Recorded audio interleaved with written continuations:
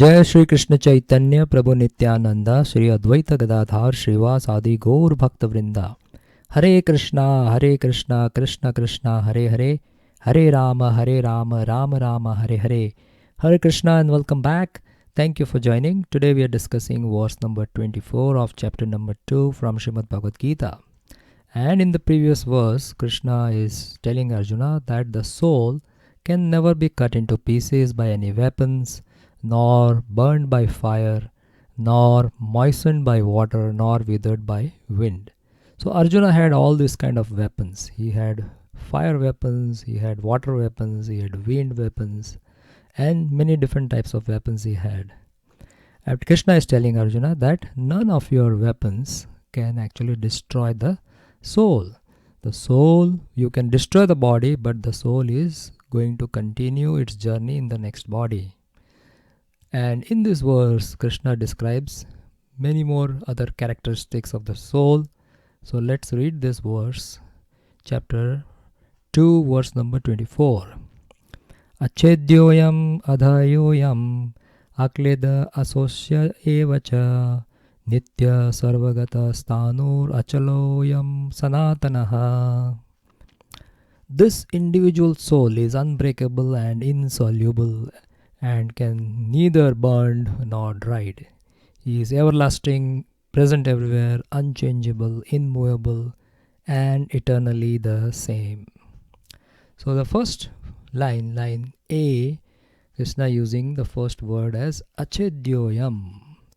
Achedya means ched is basically you actually break something. So achedya means you cannot break it. So soul is unbreakable. And then he is saying the next word adhaya. Adhaya means adhayayam means it cannot be burnt. And then akledya means it is insoluble or cannot be dissolved in water. And asoshayaha means it cannot be dried. So in the 23rd verse we saw these four characters which were discussed in this, four things which are discussed. The first part of this verse, it's the soul is unbreakable and insoluble. This is in verse 24. So that is the description of the previous verse, that is, can never be cut into pieces by any weapons nor moistened by water. So cannot be cut into pieces is unbreakable, and cannot be moistened by water is insoluble. So that is what Krishna is repeating in the characteristics of this. What is the description given here is given in verse number 24. So similarly, the next line was soul can neither be burned nor dried. So that was the verse 23 where Krishna is saying that the soul cannot be burned by fire nor be withered by wind. So these characteristics are defined in this particular verse. The first four characteristics of this verse is defined in which is the example which was given in the previous verse. The characteristics are defined here.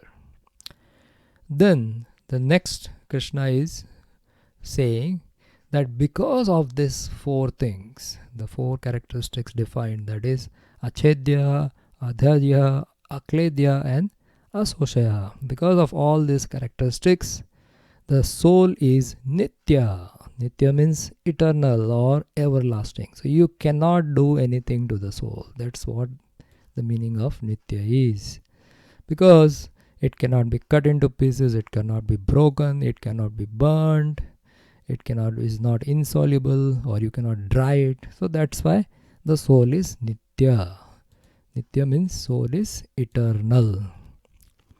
Then Krishna uses the term sarvagataha. So what is sarvagata means?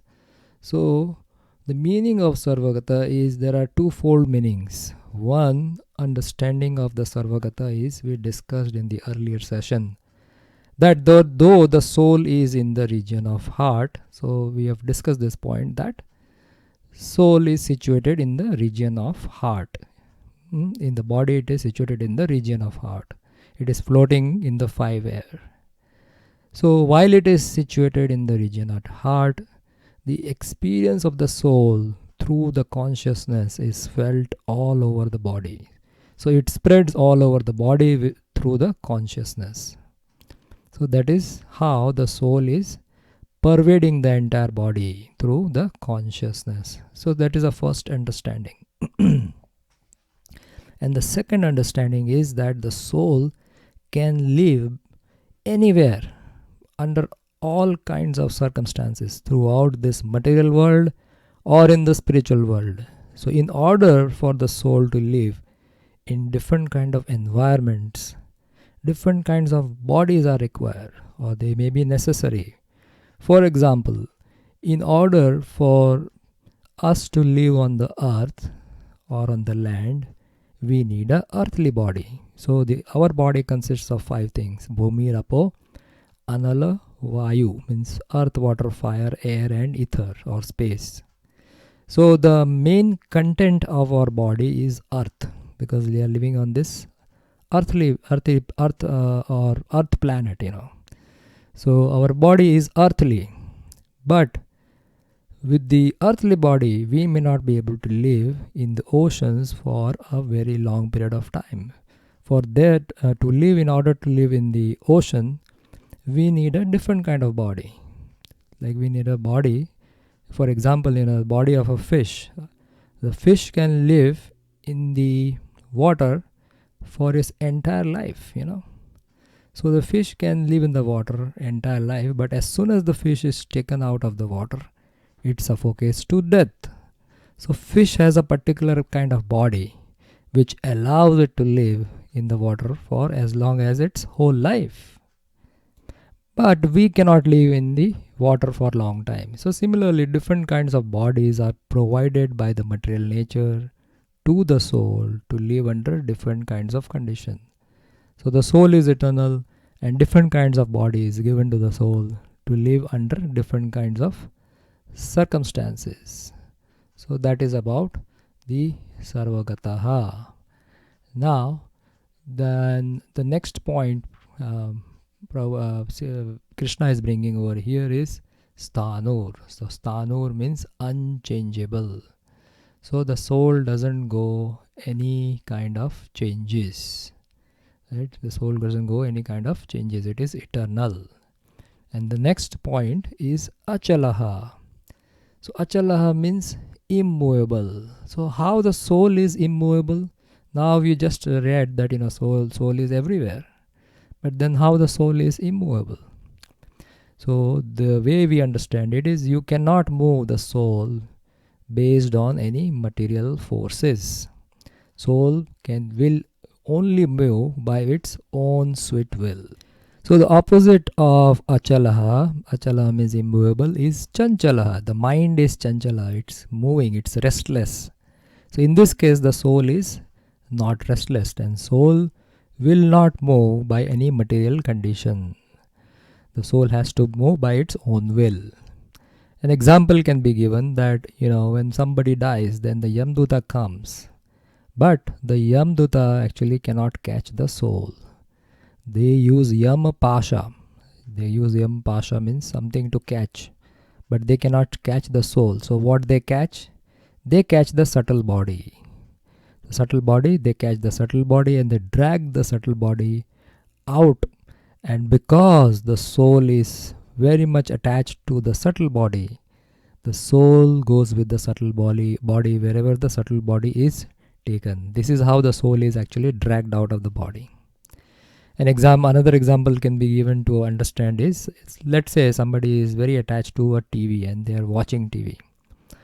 And while they are watching TV, a thief comes in and he takes the TV. But because the person is so attached to the TV, the person also goes with the TV along with the thief. So this is how they have taken the person out of the room. So this is the understanding of Achalaha. And then finally Krishna says that Sanatanaha. Sanatana means the soul is eternally the same. So these are some of the characteristics which Krishna is discussing about soul in this particular verse.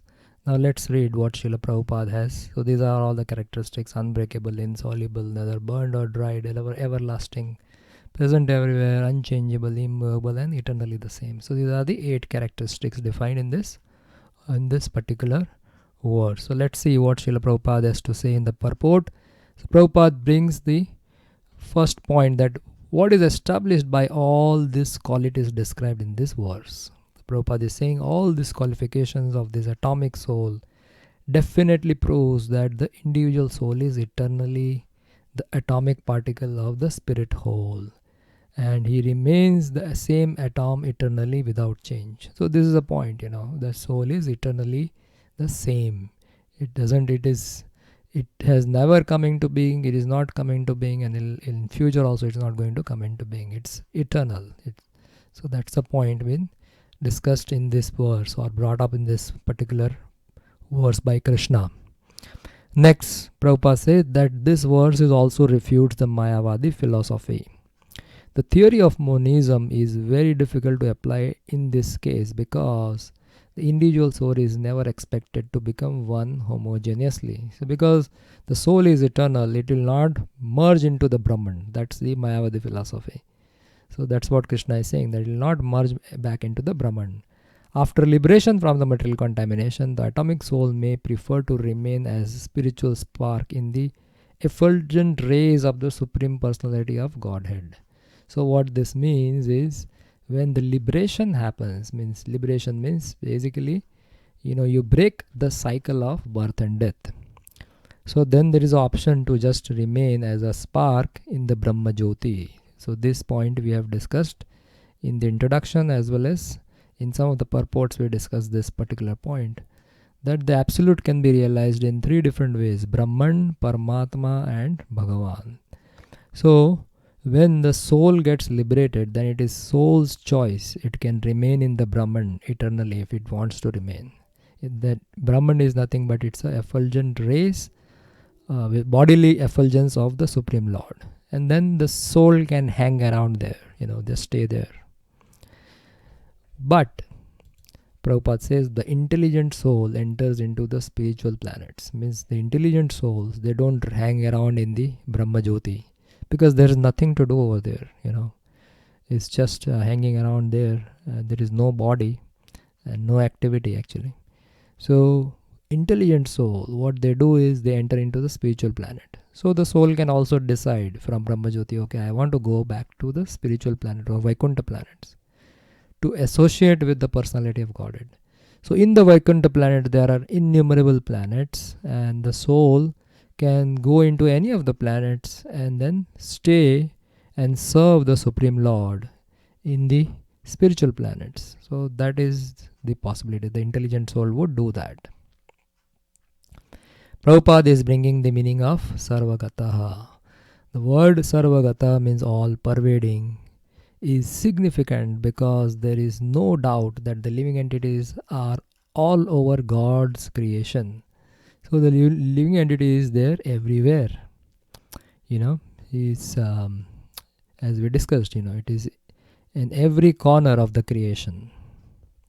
They live on the land, in the water, in the air, within the earth, and even within fire. So this is a point Srila Prabhupada is bringing, that the soul, because it cannot be burned by fire, if the soul is given appropriate body, fiery body, then the soul can also remain in the fire. So the belief that they are sterilized in the fire is not acceptable, because it is clearly stated here that the soul cannot be burned by fire. Therefore, there is no doubt that there are living entities also in the sun planet with suitable bodies. And this is a point we discussed earlier, that in order to live in certain environment, you need different kind of body. So if you want to live in the sun planet, then you need a body which is suitable to live on the sun planet, which is a fiery body. So therefore, there is no doubt that there are living entities also in the sun planets with suitable bodies to live in there. So those kind of bodies are given to the soul, which is appropriate to live under that condition. If the sun globe is uninhabited, then the word Sarvagata, living everywhere, becomes meaningless. Because Krishna is saying the soul is Sarvagata, indicating that soul is there everywhere. It can live in the sun planet or in the moon planet or in Mars or, everywhere actually. Everywhere means everywhere. But then you need a particular type of body. You cannot live in the same body as in the earth, A human cannot live in water for long period of time, or a fish cannot live on the land for longer period of time. So similarly, if you want to stay in those kind of planets, then the method is given. The method is given by Krishna himself in Bhagavad Gita in the 8th chapter, how to go to those planets. So Yanti Deva Vrata Devan, if you want to go to the heavenly planet, the sun planet, moon planet, these are considered as heavenly planets. So if somebody wants to go to the heavenly planet, then they have to pray to those demigods. When they pray to the demigods, then the demigods become happy, and after the death, while you are dying, if you remember the demigod, you go to their planet. That's the way given. That whatever we remember at the time of death, the next body we attain that kind of body. So if we are remembering the devatas, and then while leaving this body, if we remember, we pray to them, then we go to their planet without taking any kind of shuttle or any like that. Whatever these modern scientists are doing, we don't have to go through those techniques or tricks to go to these other planets. Just simply by praying to them and satisfying them, when they become happy, and while dying, if we are thinking of them, we can go to their planet. So this is a way to go to the heavenly planets and live there with the sun god or moon god or Indra, Chandra, Vayu. Wherever we want to go, we can go there. So whatever points have been discussed in the purport is put in the presentation format. You can have a look. So one important point is, we see that Srila Prabhupada, he uses the masculine gender for the soul. And this is just a conventional use. It is not that the soul has a gender. Soul doesn't have gender. Sometimes we'll see that Srila Prabhupada is using it for the soul. So earlier he used he. So when he is used, it is used for everyone, like for the entire humanity. So nowadays, the convention is we use he or she as a current convention. Like for example, if we say that man is a maker of his own destiny. Now this example includes men.